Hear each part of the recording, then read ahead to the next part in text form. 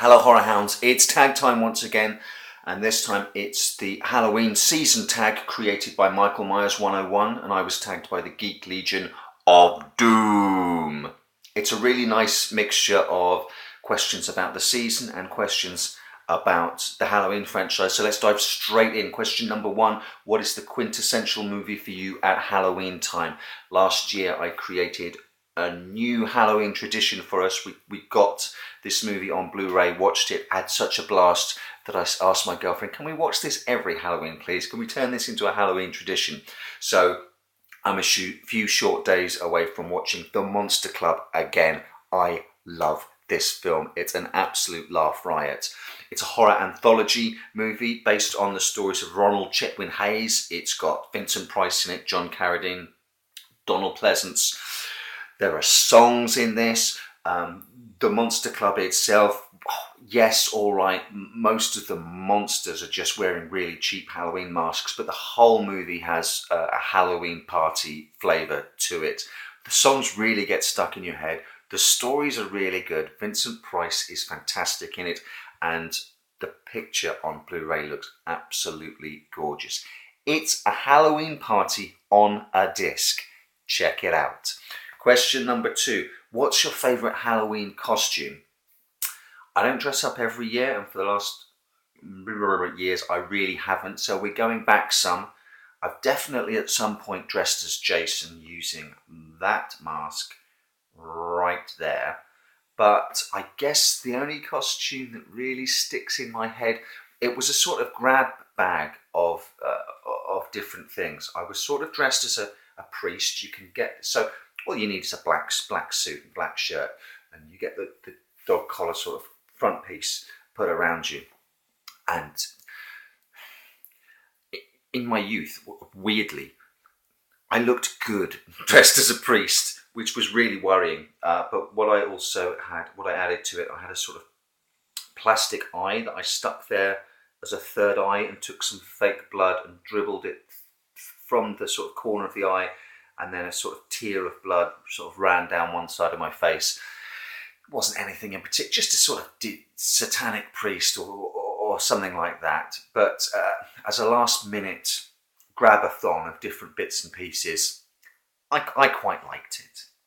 Question number three, what's your favourite pumpkin food? I'm from England. We don't eat pumpkin. I've never knowingly tasted pumpkin.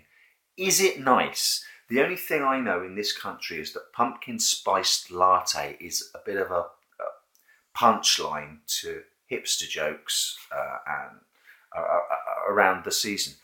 Is pumpkin nice? Pumpkin pie.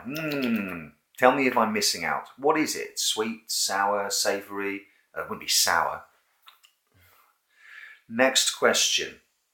What's your favourite timeline in the Halloween franchise?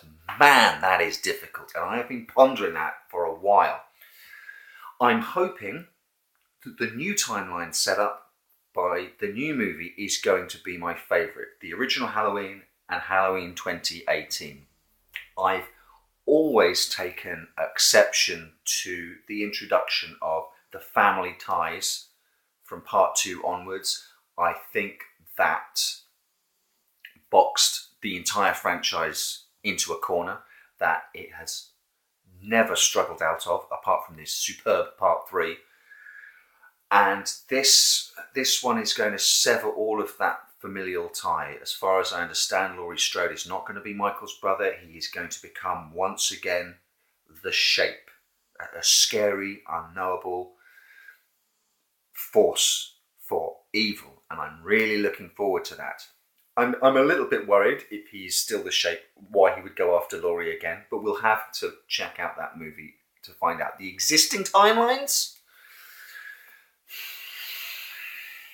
See, here's the problem I have. I would probably, even though I'm not the biggest fan of Halloween 2, if you want to check out my rankings of the franchise, there's a video somewhere. I might link to it below if I'm feeling like I'm going to self-promote, which I'm really bad at doing. I would guess 1 and 2. I'm not the greatest fan of 2, but Michael Myers and Dr. Loomis die at the end of that. He gets both his eyes shot out and he gets burnt to death. End it. One night, the night he came home, from start to finish, 1 and 2, boom, done. I had to ditch Halloween 4, which I have quite a soft spot for. But if I choose that timeline, I have to then include Halloween 5 and Halloween 6, which includes the Michael niece rapey pregnancy thing, which I'm not about that. If I include the H20 timeline, I have to by default include Halloween Resurrection, and we don't recognise Halloween Resurrection under this roof as a film that even exists. So hopefully the new timeline, but I am a stickler. If I have to choose, it would be Halloween 1, followed by Halloween 2, and then at the end of that, Michael and Dr. Loomis are dead. Next question. What's your favourite Halloween themed event or activity? We don't have, well, we're getting more each year.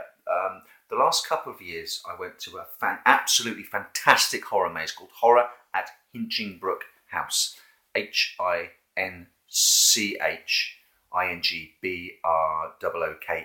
Horror at Hinchingbrook House. I'm sure I know I reviewed it a couple of years ago. I'm sure they've got other videos and trailers out there now for you to check out. It is absolutely superb. I can't make it this year, unfortunately.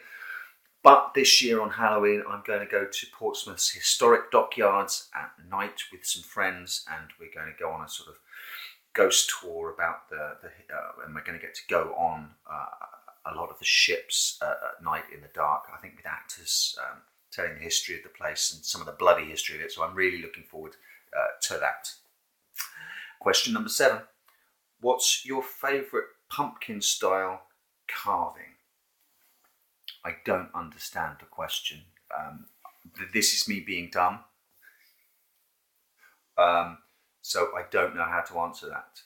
So the only answer I've got is the absolutely fantastic opening credits of Halloween 2, which mirror the opening credits of John Carpenter's original, but then the pumpkin opens up and there's a nice skull inside. That's pretty sweet. That's going to be hard to beat for pumpkin carving, eh? Question number 8. What does Halloween mean to me? So, a couple of things. It's the time of year when civilians, for want of a better word, join in on the thing that we love 24/7, 365 days of the year, and the wider community seems to get on board with the stuff that we dig all the time. So that's nice. There's Halloween stuff in the shops, which is really nice. The normal folk treat it as occasional Halloween decorations. Us guys treat it as home decorations. I got a little bat skeleton there, and that's a Halloween decoration from last year, but that stays up all year round. It's a bat skeleton. Why would I take it down before Christmas?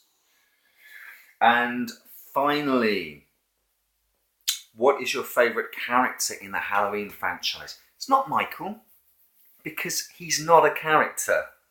He's phenomenal, but he's not a character. When done properly, he's just a void. He's dark eyes, the blackest eyes. So it's got to be Dr. Loomis.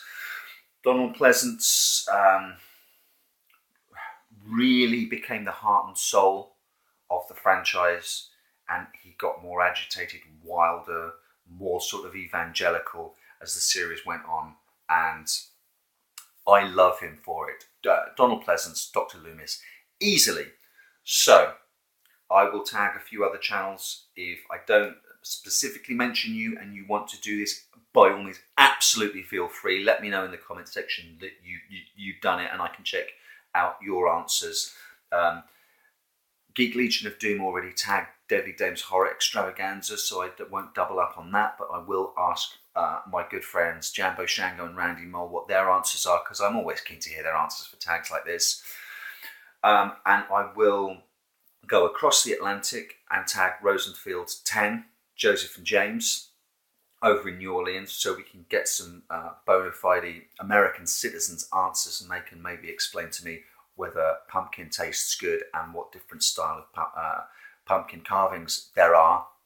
And then we're going to go north of the border into Canada with the frightfully forgotten guys as well. I'm really keen to hear their answers to these and to maybe get a flavour of is Halloween as big a deal in Canada as it is in America? Because here we sort of get the tailwinds of it from America. It's not as big a deal here. It's getting bigger, by which I mean it's getting more commercial, but certainly here at Grumpy Andrew's Horror House, basically every day is Halloween.